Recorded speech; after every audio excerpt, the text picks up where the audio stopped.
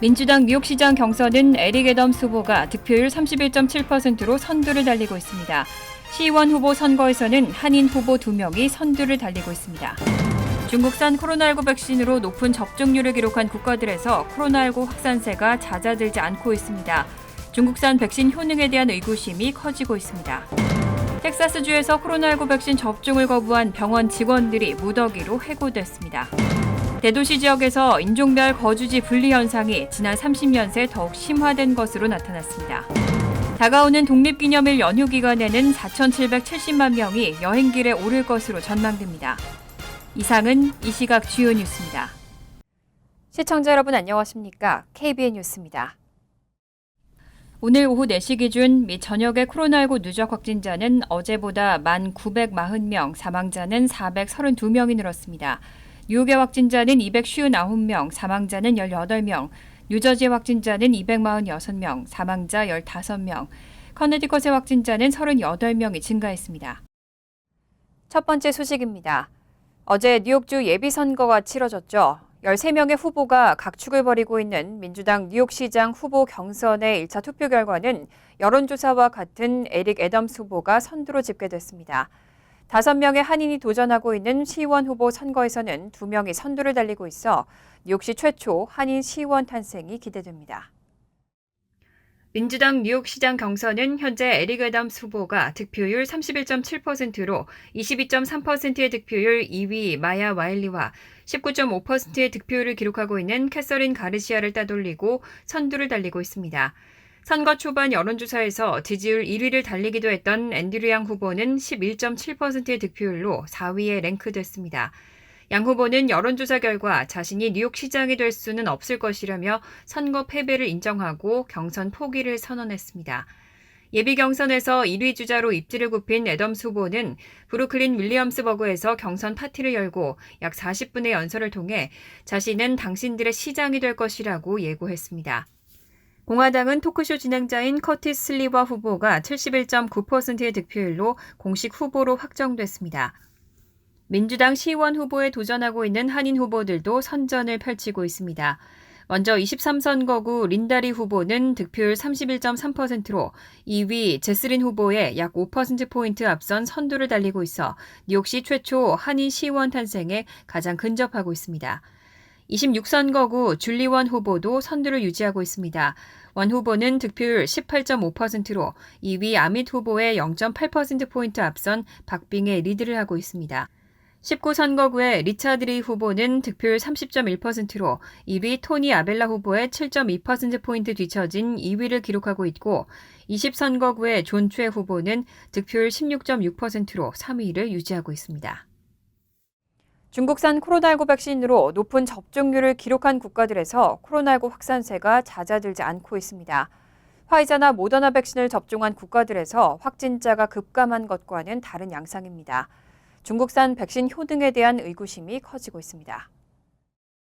어제 뉴욕타임스는 중국산 코로나19 백신을 대량 도입한 칠레와 바레인, 몽골, 쉐이셀에서의 최근 확산세가 폭발적으로 늘어나고 있다고 보도했습니다. 영국 옥스퍼드대 통계 사이트 Our World in 데이터에 따르면 칠레와 바레인, 몽골, 쉐이셀의 전체 인구 50에서 68%가 2차 접종까지 완료했습니다. 하지만 뉴욕타임스의 통계에 따르면 이들 4개국은 지난 한 주간 코로나19 신규 확진자가 가장 많은 10개 나라에 포함됐습니다. 반면 화이자나 모더나 백신을 주로 접종한 나라의 상황은 다른 양상을 보이고 있습니다. 인구의 45%가 화이자 혹은 모더나 백신을 접종한 미국에서는 지난 6개월간 신규 확진자가 94% 급감했습니다. 세이셸에 이어 두 번째로 높은 접종률을 기록한 이스라엘은 화이자 백신을 도입해 국민들에게 접종했는데 인구 100만 명당 감염자는 4.95명입니다.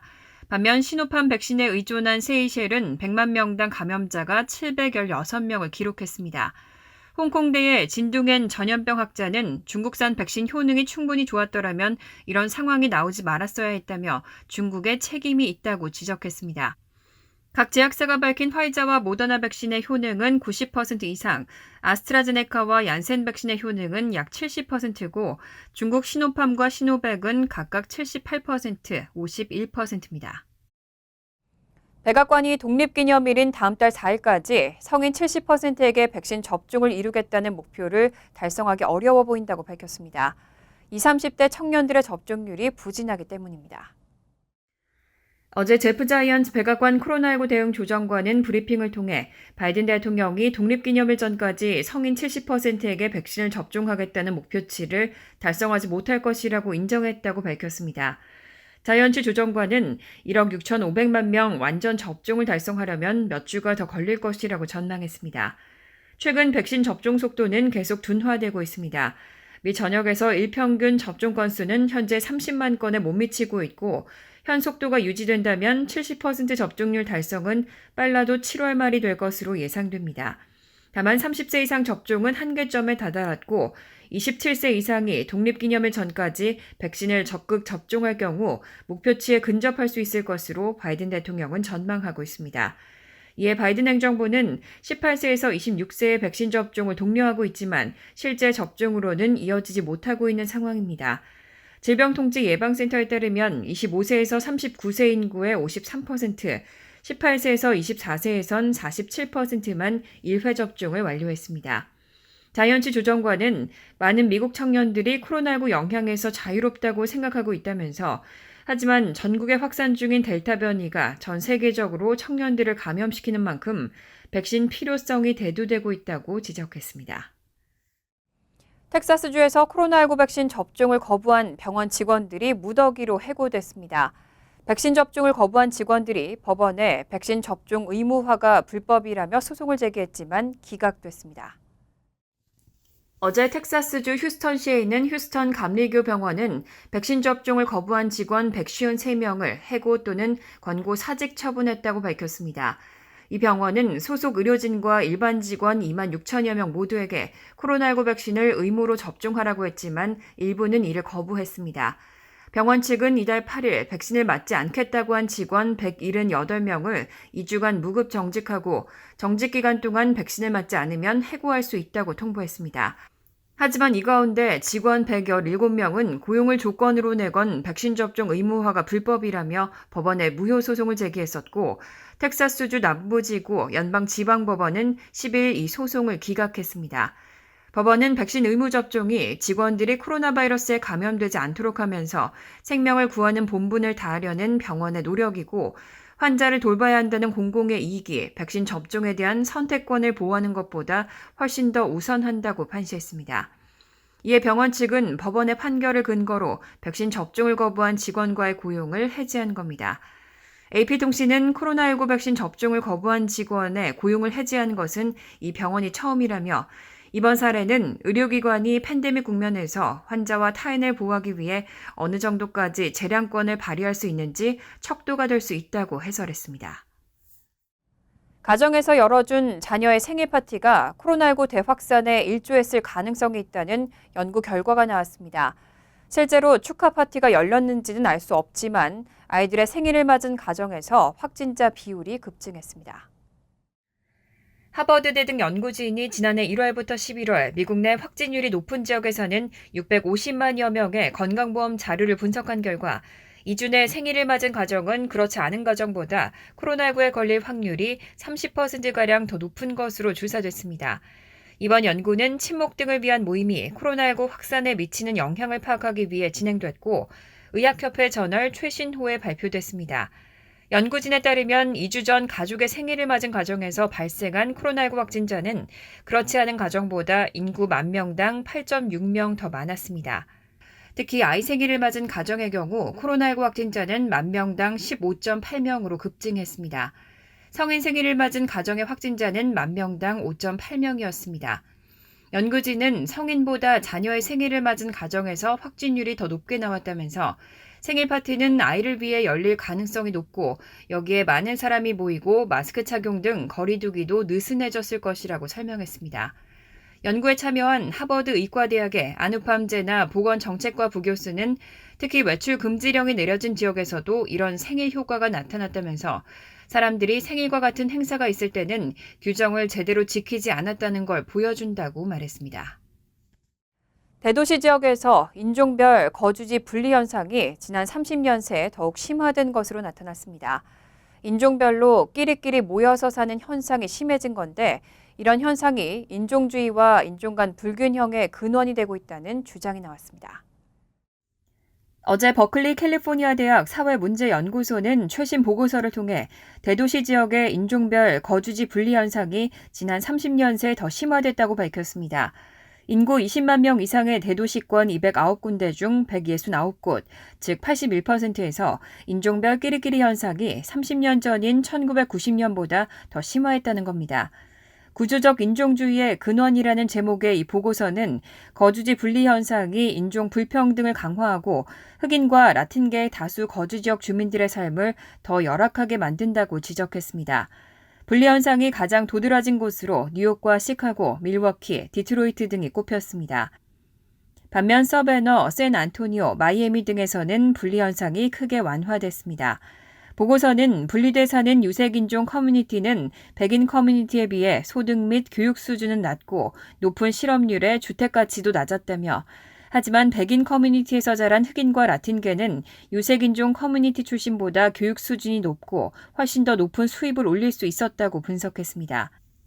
그러면서 인종 자체보다도 소속된 주거 환경이 개인의 삶에 더 절대적인 영향을 미친다는 사실을 발견했다며 거주지 분리가 어떤 환경에서 살아가게 할지 분류하는 메커니즘이 되고 있다고 지적했습니다. 지난 5월 주택의 중위 가격이 사상 처음으로 35만 달러를 돌파했습니다. 전년 같은 달보다 23% 넘게 급등해 연간 상승률도 역대 최고치를 기록했습니다. 부동산 중개인협회에 따르면 5월 기존 주택 매매 건수는 전월보다 0.9% 감소한 580만 건으로 집계됐습니다. 코로나19 대유행 초기 셧다운 조치의 여파로 주택 거래가 크게 위축됐던 전년 같은 달보다는 44.6% 급증한 겁니다. 특히 5월 거래된 기존 주택 중위 가격은 35만 300달러로 전년 같은 달보다 23.6% 급등했습니다. 월스트리트저널은 기존 주택 중위 가격이 35만 달러를 넘은 것은 이번이 사상 처음이라고 보도했습니다. 연간 상승률도 역대 최고치를 기록했습니다. 전문가들은 주택담보대출 금리가 역대 최저 수준으로 낮아지면서 수요가 늘어난 반면 주택 공급이 부족하기 때문에 집값이 급등했다고 분석했습니다. 부동산 중개인협회에 따르면 5월 매물로 나온 기존 주택은 123만 가구로 전년 같은 달보다 20.6% 감소한 상태입니다. 로런스 윤 부동산 중개인협회 수석 이코노미스트는 주택 매매가 대유행 이전 수준으로 돌아오고 있다면서 적정 가격의 주택 재고가 부족해 신규 수요가 시장에서 밀려나고 있다고 말했습니다. 현재 전체 주택시장 거래량의 90%는 기존 주택 거래이고 신규 주택 거래는 10% 정도입니다. 뉴저지주 의회가 2021-2022 회계연도 예산안에 합의했습니다. 예산안에는 부양자녀가 있는 가정에 소득세 최대 $500를 환급해주고 재산세 감면 홈스테드 리베이트 프로그램을 확대하는 방안 등이 포함됐습니다. 어제 필 머피 주지사와 주의회 지도부는 새 예산안 처리 마감 시한인 6월 30일까지 새 예산안 관련 법안을 모두 처리할 예정이라며 합의 내용을 발표했습니다. 합의된 예산안에는 총 3억 1,900만 달러를 부양자녀가 있는 납세자에게 주소득세를 최대 $500 환급하는 프로그램에 배정했습니다. 오는 7월부터 부부 합산 연소득이 15만 달러 이하면서 최소 1명의 부양자녀가 있는 납세자는 최대 $500의 환급금을 받을 수 있습니다. 주지사에 따르면 주내 총 71만 6천 가구가 평균 $425의 환급금을 받을 것으로 전망됩니다. 뉴저지주의 대표적 재산세 감면 프로그램인 홈스테드 리베이트의 경우 환급금 산출 기준을 2006년에서 2017년 기준으로 변경해 더 많은 환급금을 지급합니다.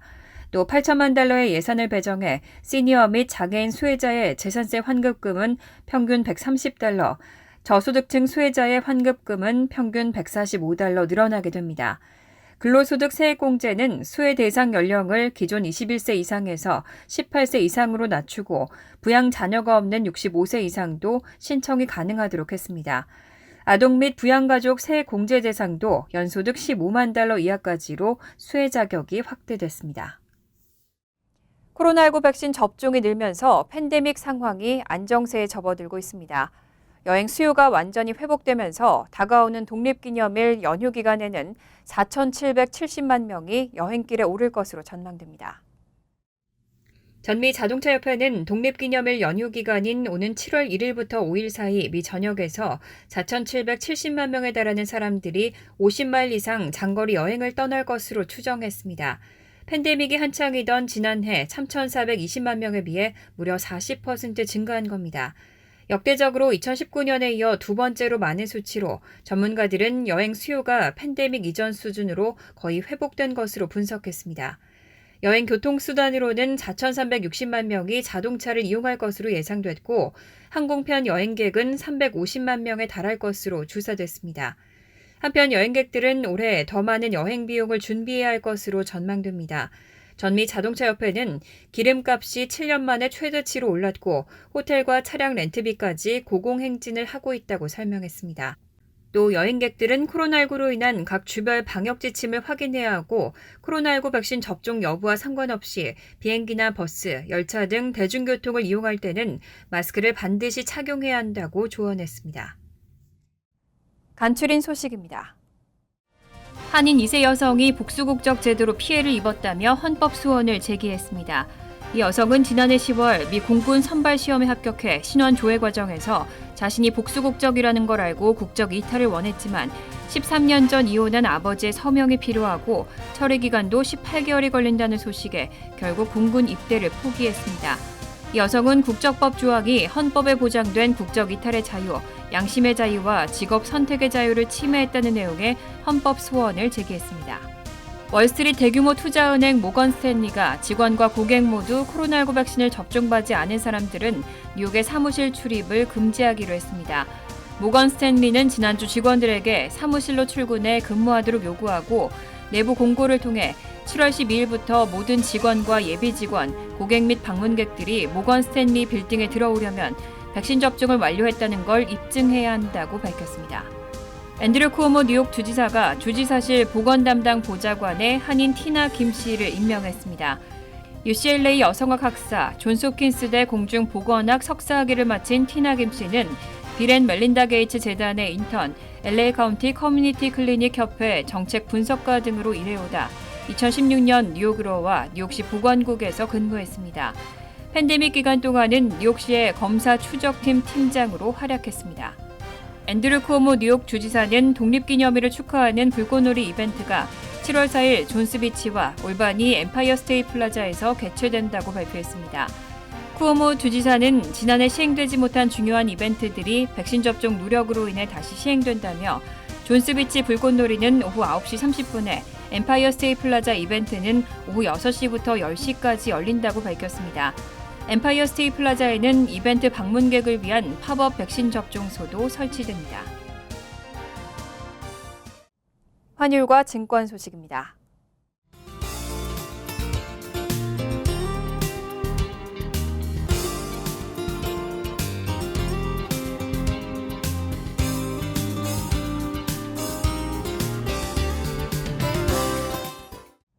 이어서 날씨입니다. 목요일은 화창하겠습니다. 낮 최고 기온은 79도, 섭씨 26도, 밤 최저 기온은 59도, 섭씨 15도로 예상됩니다. 금요일은 대체로 구름이 많겠습니다. 토요일도 구름이 많겠습니다.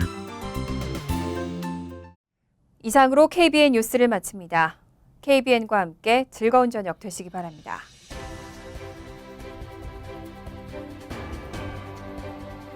미 동부 최대 한인방송 KBN이 제작하는 KBN 뉴스는 웹사이트 mykbn.com 그리고 유튜브와 페이스북에서 다시 보실 수 있습니다.